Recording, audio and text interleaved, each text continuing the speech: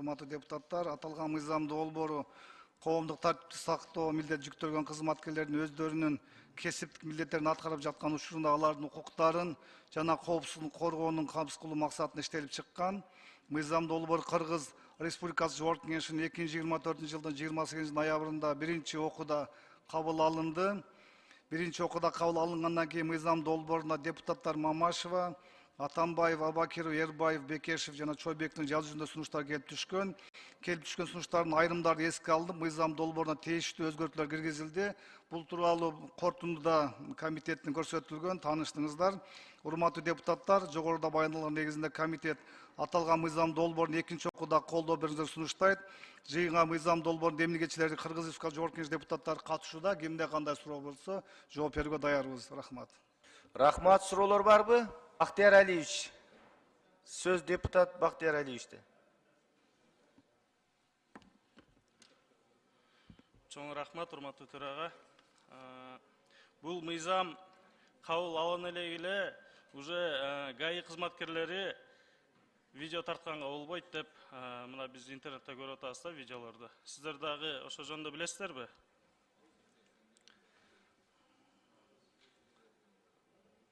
Бул боюнча билебиз, Бактияр Алиевич. Бул боюнча эми өткөндө комитетте дагы талкуу болду. Дастан Далайбаевич да бул маселени туура көтөргөн. Бул сиз да туура көтөрүп атасыз. Азыр министрдин орун басарын айтып койсом, сиздер ушу эми ар бир жумада сабак өтүлөт айтып койсоңуздар, эми өздүк курамга жеткириш керек да. Мыйзам долбоору бүгүнкү күндө Жогорку Кеңеште каралууда, кабыл алынган жок деп. Анан кийин экинчиде Эркебек Жумабекович, бул ар бир жарандын видеого тартканга укугу бар. Бул жерде мыйзам долбоор иштелип атат, монтаждап, бурмалаган, учурган маалыматты бурмалаган. Ошого өздүк курамга жеткирип койсоңуздар, депутаттар абдан туура маселени көтөрүп атышат. Мыйзам долбоору кабыл электе түшүнбөстүк болбосун. Ар бир жарандын милиция кызматкерин тартуу укугу бар. Бир гана жанагы учурларды мен жогоруда белгилеп кеттим. Ошону сиздерден суранчы жеткирип койсоңуздар, Эркебек Жумабекович, өздүк курамга макулбу? Саламат Абдуллаевич, бул боюнча биз жумуш алып барып атабыз. Мыйзам кабыл алынып калса, биз ар бир подразделенияга өзүнчө окуу өткөрүп, мыйзам түшүндүрүп, кайсы убакта кандай болуш керек экенин түшүндүрүп беребиз. Окуу өткөрөбүз. Рахмат. Бактияр Алиевич, муну биз жеткиребиз. Азыр да уктуңуз өзүңүзчү. Азыр мыйзам кабыл алына электе эле биздин милиция жол кызматкерлери, мына милиция кызматкерлери ушундай кылып атат да. Эгер кабыл алгандан кийин мен ойлойм башаламан болот деп. Башаламан болот. Анткени мына бүгүнкү күндө видеого тартканга болбойт деп. Эми видео регистраторлорду койгула деп атабыз. Видеого автоунааларга айтып атабыз өзүңөр койгула деп. Анан эмне себептен буларга чектөө коюп атабыз? Эми элдин баарын штраф менен, ушундай менен, анан кийин 2 күнгө камайбыз деп эми кыйнай беребиз. Буга бардык коомчулук каршы чыгып атат.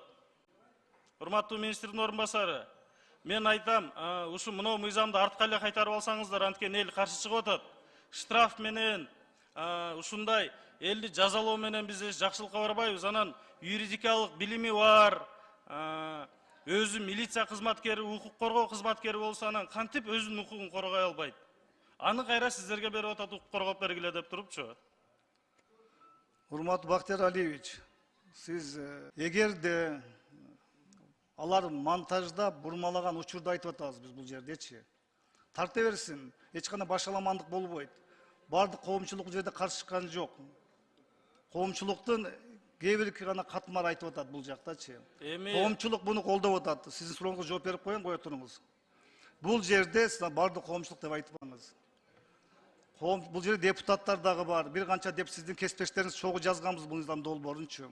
Бул учурду белгилеш керек. Тарта берсин. Бир гана бурмалаган учурду, болбогон окуяны болду деп чыгарган, жасалмалап, бурмалап, монтаждап. Ошо учурду гана айтып атабыз. Тарта берсин, эч кандай запрет жок бул жерде, тоскоолдук жок. Эми ал боюнча башка мыйзамдар бар да.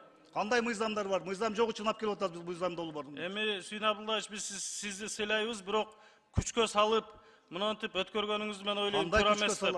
Кандай күчкө салабыз, Бактияр Алиевич? Кандай күчкө салабыз? Мыйзам долбоору тармакта иштегенсиз. Бирок мына өткөндө айттыңыз мугалимдерге деп турупчу. Бул жерде биздин ГАИ кызматкерлери айтып атпайбы, мыйзам кабыл алынды деп туруп, 5000 сом штраф деп туруп айтып атпайбы. Эми көрүп атабыз да, кабыл алына элек биринчи окуудан өткөндө эле ушинтип айтып атышат да.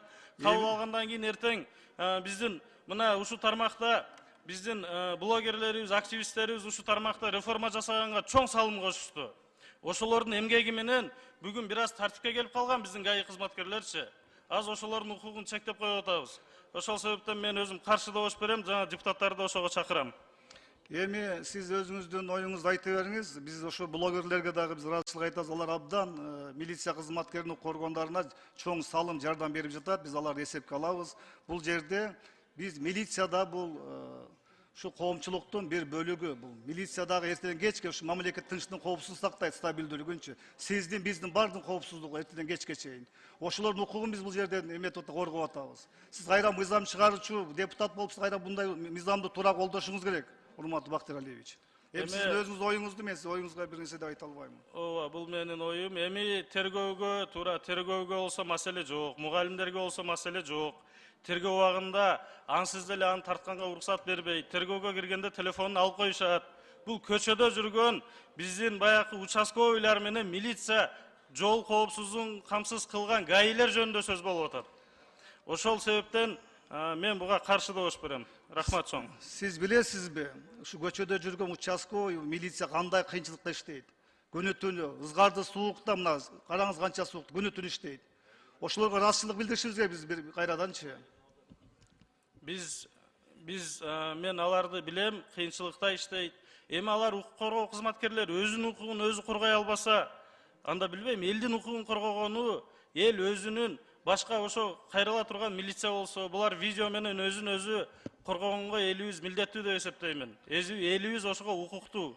Бардыгы эле элди кыйноо менен, штраф менен, камоо менен бул жакшылыкка алып барбайт. Эртең тарых астында жооп бергенге убакыт келет. Чоң рахмат. Рахмат. Башка суроолор жок. Хусейин Абдуллаевич, комитеттин корутундусун окусаңыз болот. Рахмат, урматтуу ага. Комитеттин корутундусу Кыргыз Республикасы Жогорку Кеңеш депутаттары тарабынан демилгенген Кыргыз Республикасынын айрым мыйзам актыларына, Кыргыз Республикасы кылмыш жаза кодексине, Кыргыз Республикасы укук бузуулар жөнүндө кодексине өзгөртүүлөр киргизүү жөнүндө Кыргыз Республикасы мыйзам долбоору жактырылсын жана келип түшкөн сунуштарды эске алуу менен экинчи окууда кабыл алуу Кыргыз Республикасы Жогорку Кеңешине сунушталсын. Урматтуу депутаттар, аталган мыйзам долбоорун экинчи окууда колдоо берүүңүздү суранабыз. Рахмат. Аппарат кошумча каттоо бериңиздер. 83 депутат каттоодон өтүп, урматтуу депутаттар, аталган мыйзам долбоорун экинчи окууда добушка коем, добуш бериңиздер.